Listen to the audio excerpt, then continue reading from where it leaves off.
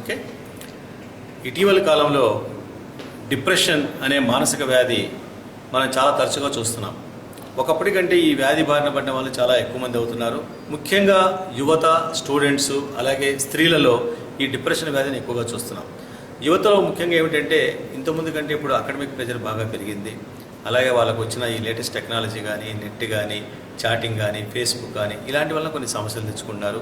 అలాగే relationship issues, friendships అని, love affairs అని, ఇవన్నీ కొన్ని ఆస్పెక్ట్స్. అయితే డిప్రెషన్కు ఉన్న ముఖ్యమైన కారణం అంటే ఇది ఒక మెదడుకు సంబంధించిన జబ్బు. అంటే మెదడులో ఉండే కొన్ని న్యూరో ట్రాన్స్మిటర్స్ అనే కొన్ని ప్రత్యేకమైన రసాయనిక పదార్థాల యొక్క సమతుల్యంలో తేడా వచ్చినప్పుడు డిప్రెషన్ వ్యాధి వస్తుంది. అయితే సమస్యలు ఉన్న వాళ్ళకి డిప్రెషన్ వస్తుందా అంటే అది కాదు. సమస్యలు మనకి ఎవరికి లేవండి, మనందరికీ సమస్యలు ఉన్నాయి. కాబట్టి సమస్యలు అనేది కేవలం ట్రిగ్గరింగ్ ఫ్యాక్టర్స్ అంటారు. అంటే ఏంటి అంటే అసలు జబ్బు, ఫర్ ఎగ్జాంపుల్ షుగర్ కంప్లైంట్ ఉంది అనుకోండి, షుగర్ పేషెంట్కి వారసత్వంగా షుగర్కి వచ్చే అవకాశం ఉంటే వాళ్ళు స్వీట్స్ ఎక్కువగా తింటే వాళ్ళకి షుగర్ కంప్లైంట్ రావచ్చు. అంత మాత్రం చేత స్వీట్స్ తినే వాళ్ళందరికీ షుగర్ కంప్లైంట్ రాదు, అది రాంగ్. అలాగే సమస్యలు ఉన్న వాళ్ళందరికీ డిప్రెషన్ రాదు, డిప్రెషన్ ఉన్న వాళ్ళందరికీ సమస్యలు ఉండవు. ఇది mainly disease of the brain. బ్రెయిన్లో జరిగే కొన్ని రసాయనిక చర్యల వల్ల డిప్రెషన్ వస్తుంది.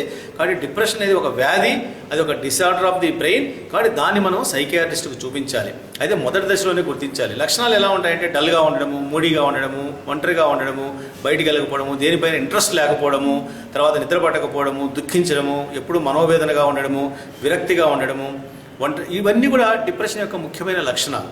ఇలాంటి వాళ్ళని మన కుటుంబంలో కానీ, స్నేహితులు కానీ, తెలిసిన వాళ్ళు ఎవరైనా గుర్తిస్తే అలాంటి వాళ్ళని వెంటనే సైకియాట్రిస్ట్కి చూపించి మెడికల్ ట్రీట్మెంట్ ప్లస్ సైకలాజికల్ రెండు చేయించాలి. మెడికల్ ట్రీట్మెంట్ అంటే యాంటీ డిప్రెసెంట్స్ అనే మందులు ఉన్నాయండి, చాలా అద్భుతంగా పనిచేస్తాయి. కాబట్టి ఇలాంటి మందులు వాడితే వితిన్ 2 to 3 weeksలోనే వాళ్ళలో డిప్రెషన్ అనేది మెల్లమెల్లగా కరిగిపోతూ వాళ్ళు వితిన్ 1 or 2 monthsలో పూర్తి మామూలు మనుషులు అవుతారు. అలాగే మందులే కాకుండా కాగ్నిటివ్ బిహేవియర్ థెరపీ అని ఒక సైకలాజికల్ చికిత్స కూడా ఉంది. ఇది కూడా మందులకు తోడుగా దీన్ని కూడా ఇస్తే ఇంకా కొంచెం వాళ్ళు ఫాస్ట్గా మంచిగా రికవర్ అయ్యేదానికి అవకాశం ఉంది. కాబట్టి ముఖ్యమైన విషయం ఏంటంటే డిప్రెషన్ వచ్చిన వాళ్ళని మనం సరిగా ట్రీట్ చేయకపోతే జరిగే దుష్పరిణామాలు ఏమిటంటే చాలామంది డిప్రెషన్ వ్యాధి బారిన వాళ్ళు చివరికి ఆత్మహత్య ప్రయత్నం చేయడం కానీ, ఆత్మహత్య చేసుకొని చనిపోవడం కానీ జరుగుతూ ఉంది. మన సమాజంలో చూసే ఒక 100 ఆత్మహత్యలు తీసుకుంటే వాళ్ళలో కనీసం 80 నుంచి 90% మంది ఈ డిప్రెషన్ వ్యాధికి లోనైన వాళ్ళే. అది చాలామంది తెలియదు. ఏదో వాడు కుటుంబ సమస్యలను, గొడవల వలన ఆత్మహత్య అనుకుంటారు తప్ప అరే వాడికి కూడా ఈ డిప్రెషన్ వ్యాధి ఉండొచ్చు, నిజంగా అది ఫ్యామిలీ మెంబర్స్ కొంత ఐడియా ఉండే ఉంటుంది.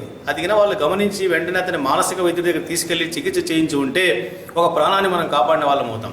అలాగే ఇంకా కొంతమంది డిప్రెషన్ వచ్చిన వాళ్ళు దీని నుంచి బయటపడేదానికి ఒక టెంపరీ రిలీఫ్ లాగా ఏదో డ్రింక్కి అలవాటు పడ్డము, మత్తు మందులకు అలవాటు పడ్డము, ఇలాంటి వ్యసనాలకు లోన్ అవుతారు. కాబట్టి డిప్రెషనే కాకుండా ఆల్కహాలిజం కూడా తోడవుతుంది, డ్రింక్ అలవాటు కూడా. కాబట్టి ఇవన్నీ వచ్చే ఇంకోటి అంటే డిసెబిలిటీ బాగా పెరుగుతుంది. ఈ డిప్రెషన్ వ్యాధి వచ్చిన వాళ్ళు ఇంతకుముందులాగా పనికి వెళ్ళకపోవడము, దానివల్ల బ్రతుకు తెరువు, సంపాదన, వాళ్ళ కెరీర్ కుంటుపడుతుంది, ఉద్యోగానికి వెళ్ళరు, ఆఫీస్కి వెళ్ళరు, దానివల్ల వాళ్ళ కుటుంబ పోషణ ఇబ్బంది అవుతుంది, సమాజం పైన దాని భారం పడుతుంది, దేశపైన భారం పడుతుంది. కాబట్టి డిసెబిలిటీ అంటే WHO లెక్కల ప్రకారం ఏంటంటే ఇంకొక 10 సంవత్సరాల్లో ఇప్పుడు గుండె జబ్బులు అనేది నెంబర్ 1 స్థానంలో ఉన్నాయి డిసెబిలిటీకి. అంటే ప్రజలను నిర్వీర్యం చేసే వాటిలో గుండె జబ్బులు నెంబర్ 1 స్థానంలో ఉన్నాయి. కాబట్టి వచ్చే 10 ఏళ్లలో డిప్రెషన్ వ్యాధి అనే మానసిక వ్యాధి గుండె జబ్బులను కూడా మించి 1వ స్థానానికి వస్తుందని చెప్పేసి ఆల్రెడీ WHO అంచనా వేశారు.